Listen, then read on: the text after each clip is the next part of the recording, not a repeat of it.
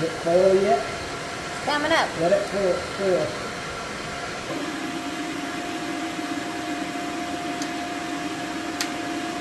That it? Yep.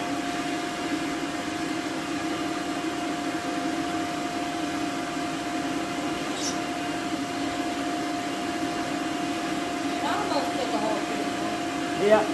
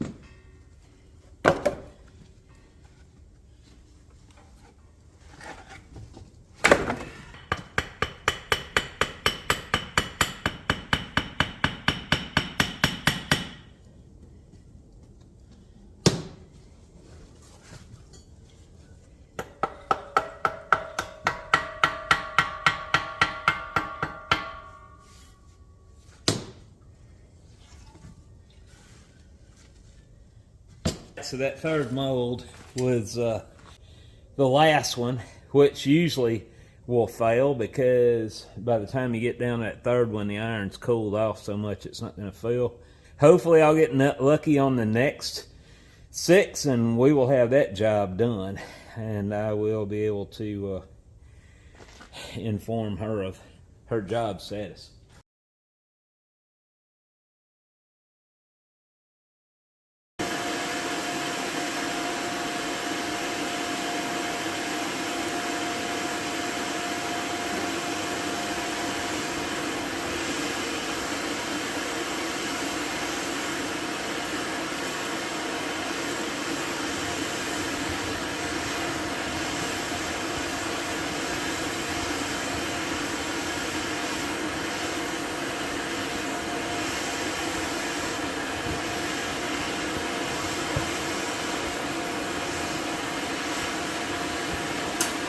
So now I have Josie an entire pile of these castings to start off with, get these ground and clean up. The next thing we have to do with these is to make the steel rods, which I'm not going to be doing any forge welding on this project, guys. I'm just going to use my TIG welder and hurry up and get those made because this is a time-sensitive matter. We got to hurry up and get these made up and get these shipped back to Pennsylvania as soon as possible.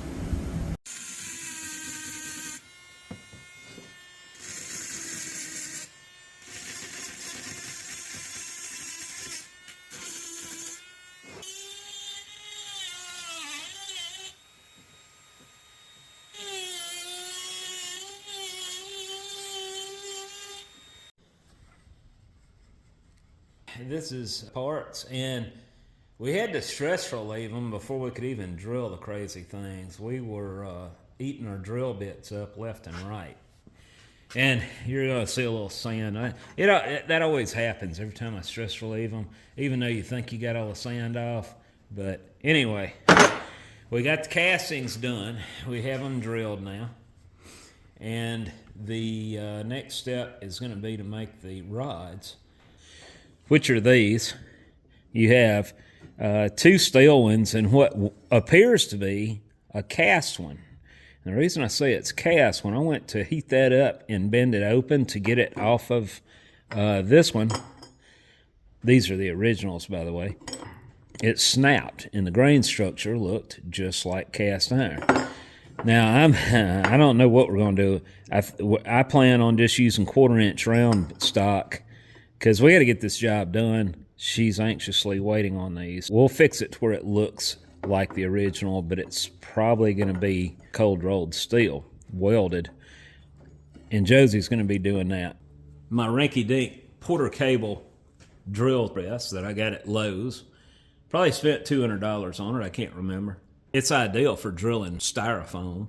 This Singer sewing machine belt that came with it, it just disintegrated on us yesterday. So we went to O'Reilly and found something close to that. It's a thicker belt. And I told Josie, I said, you know, I'd be surprised if that little bitty motor on this thing will even turn it with that much friction. But it does, but I had to, and the belt's still loose. It does turn the drill. But if you shut the hood, it is rubbing on the pulley. So because I had to do a little retrofit on that, I got to show you what I did. Since the belt was too big, the only way it was going to fit this pulley was to put it on one step up, right? Instead of having, like, you have 5 grooves for each pulley. 1, 2, 3. They're supposed to be parallel to each other, and then you put that belt on there. Well, the only way this belt was even going to tension, because it is slightly bigger than what it's intended to go on, I had to offset it to the next pulley. Well, that's not going to run very long like that with a belt on a helix or an angle like that. So so I ended up coming around here to this rinky-dink bracket that the motor's on. And originally, the bracket was on top of these cast bosses. So I just dropped it down and bolted it on below the bosses, which drops the whole pulley down, because I didn't want to have to fool with trying to press that down further. And that put me pretty close. Well, no, yeah. So I got it on top of that one, and it's still not perfect, but it's close enough. I have this very nice closing drill. It's even got these, you pull these handles out, and it's like a radial arm drill, and it's got self-feed on it. This thing needs some work, though, and it's locked up. If you guys tell me I need a real drill press, I've got one here. I just got to lubricate the crap out of it. I found an Atlas drill press for $200 from the 50s or so, and it's a good-looking drill press. And it would be ideal for what we're doing here. And I may still get it, I don't know, but I'd have to drive about an hour to get it. And honestly, we just don't have the time to be running all over the state. We're not supposed to be doing any kind of machining here. Every once in a while, we get bit and end up having to punch holes in something for somebody, but I try to avoid that. What Josie's doing now is count. And on the first ones I tried, I was not concentric, so I ended up having to grind a pilot diameter the same size as these holes.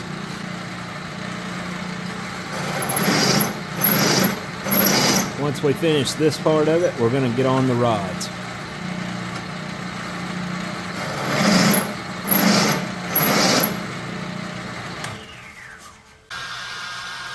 So we're over here on the Creality Falcon 2, and I'm making some patterns for medallions for my Patreon members. This is what they're supposed to look like.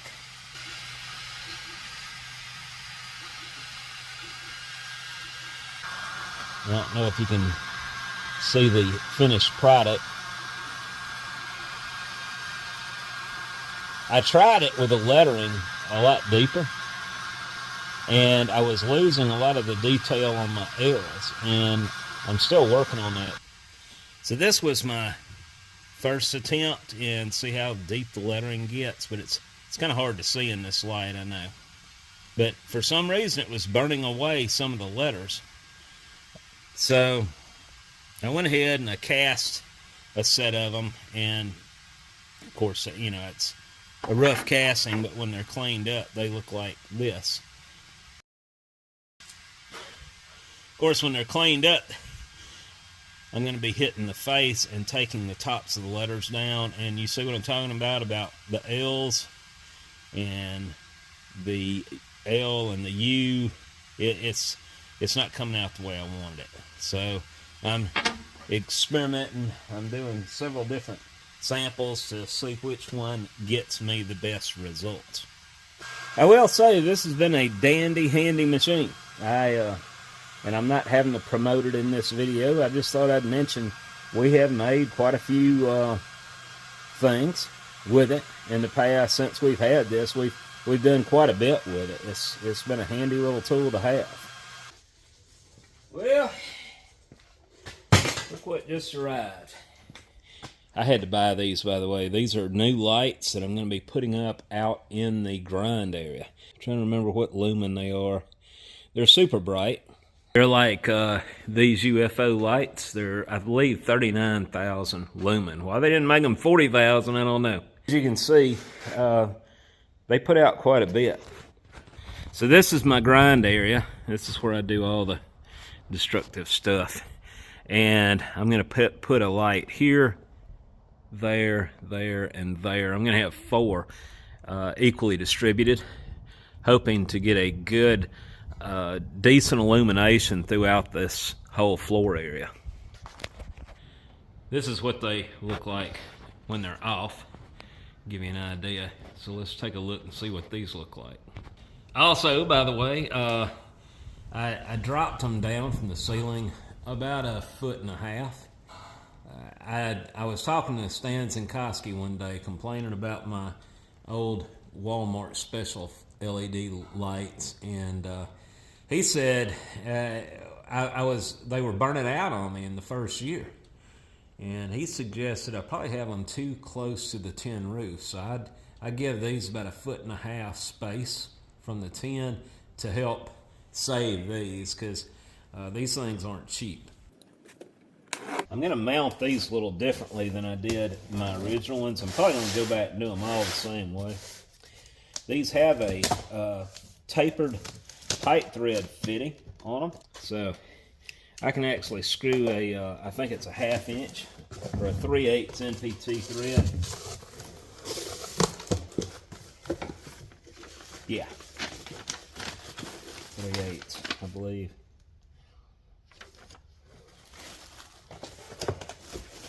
So all I got to do is get some pipe, 2.5 feet long, and got this in there. They PART-proofed this, didn't they?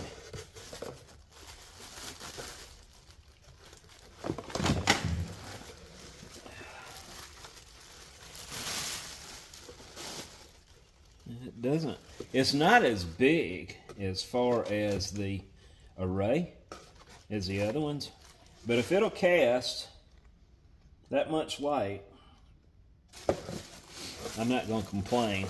But you screw your pipe right in here.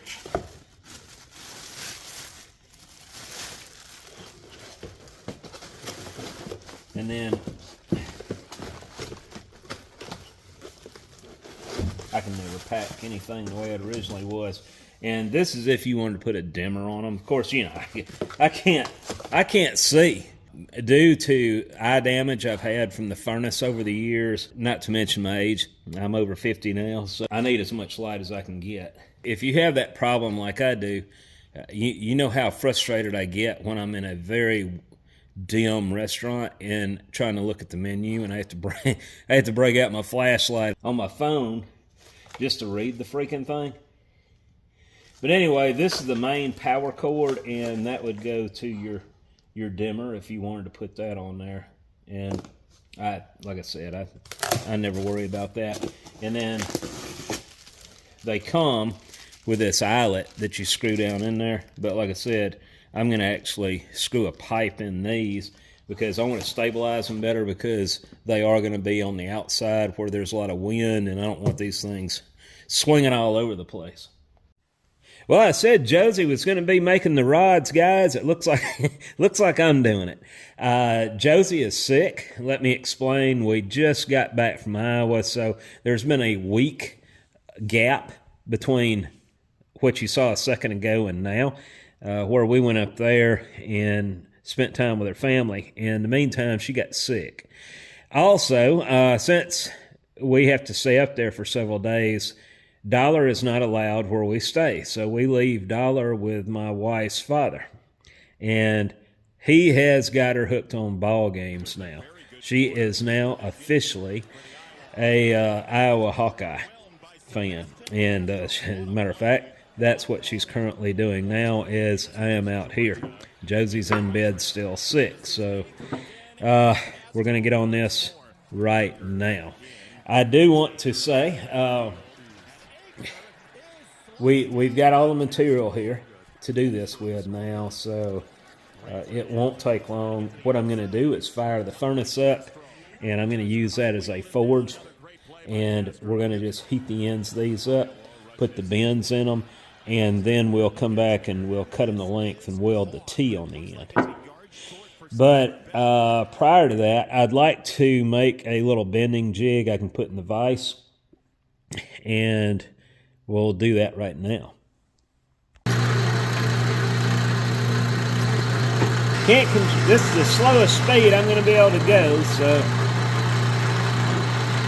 we have to go easy on it.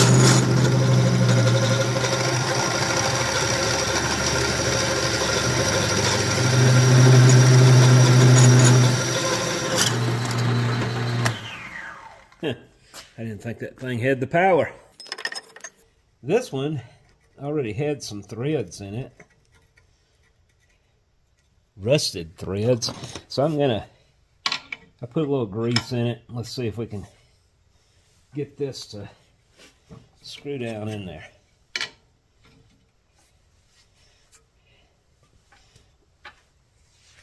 Yeah. That'll work.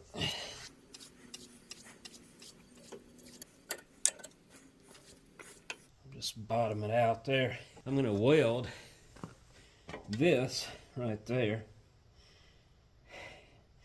Probably going to cut the head off of the bolt before I do any of that. Let's do that now. Now I'm going to come in here. I'm going to put this partially in the hole, and I'm going to arc weld it just on this side. Probably going to have to, as I said, put a weld down here. Just make sure I got continuity before I even start.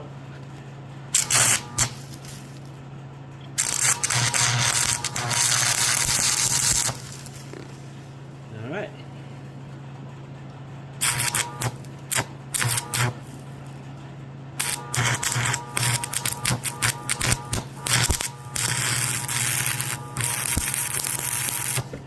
Told you guys I'm not a welder, right?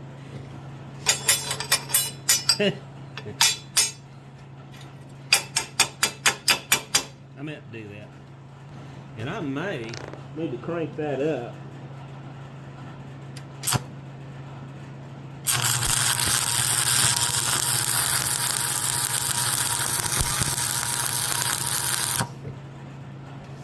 Yeah, I'm going to have to crank it up some. That's not hot enough.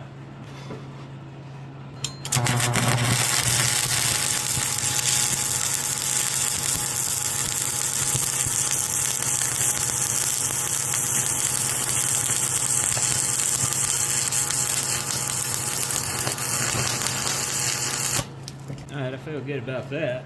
Big old ball of weld. But anyway, you get the idea.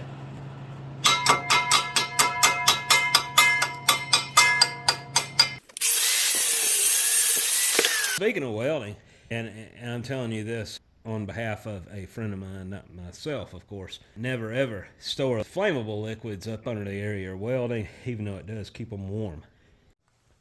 Oh man. Guys, I'm not going to be showing you using that jig tonight. I got to get this video out tomorrow. Let me explain something that has developed. I was reviewing the list before I started this just to make sure that our customer didn't need any extra rods other than the brackets we already made. And in doing so, I noticed something that was not adding up. First of all, Josie has been doing a good job of driving this particular job through, getting it done. I messed up and did not sit down with her and at first point out that there is a difference. I did not specify to her which bracket was which. These two look very similar except for the fact that this spool area has a square side to it, where this has a radius, a full radius in it. Right here at the neck on both pieces, it's different. They look about the same size, but this one is a little bit bigger. She did not know that this goes with this and this goes with this size rod. The customer needs 12 of these, this rod with this bracket, and she needs 5 of this bracket with this rod. I should have double checked, and I didn't. That's my fault. We needed 12 of these, but we ended up making 12 of those when we only needed 5 of these and 12 of those. So we got these backwards when I went to do the count out here on the table. So all of these are supposed to be 5, and all of these are supposed to be 12. Oh man. Luckily we have 4 more, and we had 1 extra, so we got 1, 2, 3, 4, 5, 6, 7, 8, 9, 10. So we just need to cast 2 more.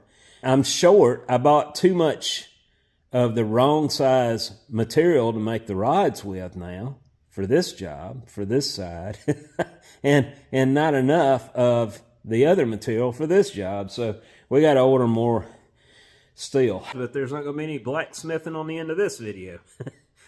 I thought we were going to do that, but because of the turn of events, it's going to have to wait till the next video, and I'll tie it in with the Duresta counterweight. We're supposed to be pouring the capstan for the tally-ho next week. For those of you who are anxiously waiting, I just wanted to let you know we are on that, and we're probably going to get it done next week.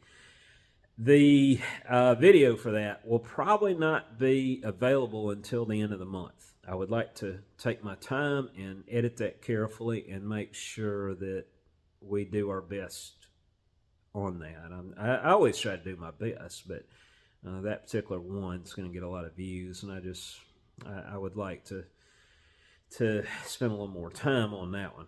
It is currently 44 degrees here in Mississippi. It's not supposed to be that way. I think we're supposed to have 65 degrees next week, so I can't wait. It'll be just the perfect temp for the capstan pour. So I'm anxious to get that done, get it out of here, along with the pattern. As I said, it's taking up a lot of room in here right now, but we have the flask almost finished.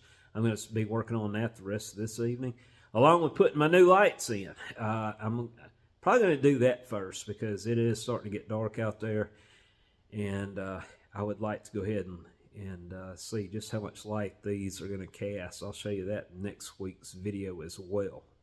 So take care, and I'll talk to you later.